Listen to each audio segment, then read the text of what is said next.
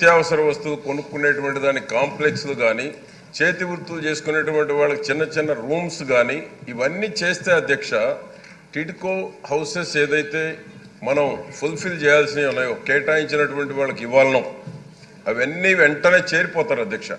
For example Chilakaluripet అధ్యక్ష 4512 ఇళ్ళు పూర్తిగా నిర్మాణం పూర్తయి ఉన్నాయి అధ్యక్ష.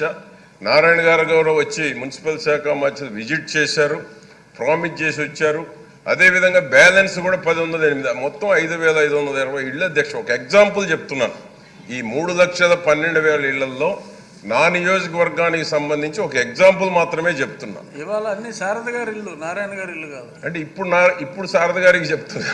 అప్పుడు నారాయణ గారే ఎలక్ట్రానిక్ డ్రా తీసి ఎవరు వేలెత్తి చూపకుండా చేశారు అధ్యక్ష ఆనాడు నారాయణ గారు. ఈనాడు ఈ 5 ఏళ్లలో అవన్నీ మార్చేశారు అధ్యక్ష. పైన వాళ్ళకి కింద ఇచ్చారు, కింద వాళ్ళకి పైన ఫ్లోర్లు మార్చేసి ఇచ్చారు. ఆ మోసాలన్నీ చేశారు. అది కాక ఇంటింటికి డబ్బులు తీసుకున్నారు అధ్యక్ష. ఇప్పుడు ఇవన్నీ కూడా కరెక్ట్ చేస్తున్నాం అధ్యక్ష. నేను కూడా రిక్వెస్ట్ చేసేది ఏంటంటే కొంతమంది అధ్యక్ష స్థలం ఉన్నోళ్ళకి ఇల్లు ఉన్నోళ్ళకి కూడా కొంతమంది తీసుకున్నారు ఎక్కడ మొన్న. నేనేమంటున్నా అంటే నా అభిప్రాయం ఎవరు చేరితే వాళ్ళకి ఇచ్చేటువంటి స్కీమ్ పెడితే ఇది సక్సెస్ఫుల్గా చేరిపోయేటువంటి అవకాశం ఉంది. ఎవరైతే చేరతారో వాళ్ళకి హక్కులు కల్పించేటట్టుగా అయినట్లయితే ఎవరైతే ఇల్లుండో స్థలం ఉండో తీసుకొని చేరకుండా అద్దెలకు ఇవ్వటమో అమ్ముకోవటమో చేస్తున్నారు అధ్యక్ష.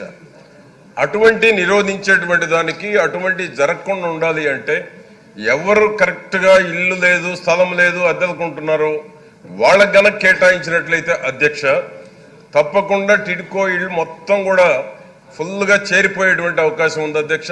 అలా కాని పక్షంలో ఈ ఇళ్ళు ఇది ఒక పథకం అయిపోయింది అధ్యక్ష. రాష్ట్రంలో ఇళ్ల స్థలాలు 2 సార్లు 3 సార్లు తీసుకోవటం, ఇల్లు ఉన్నోళ్ళు మరొక ఇల్లు తీసుకోవటం, రాజకీయ పలుకుబడి ఉపయోగించి తీసుకోవటం, దీనివల్ల అక్కడ ఉన్నటువంటి మన పర్పస్ సాల్వ్ కావట్లేదు అధ్యక్ష.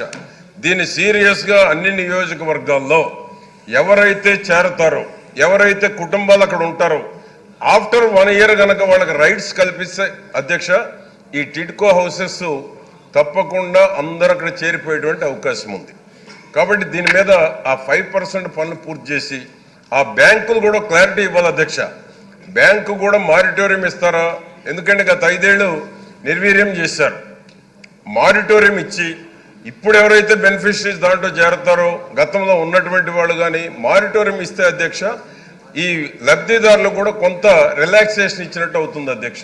దాని మీద కూడా ఒక స్పష్టత తీసుకురావాలని కన్సర్న్ మినిస్టర్ గారిని కూడా నేను కోరుతా ఉన్నాను అధ్యక్ష.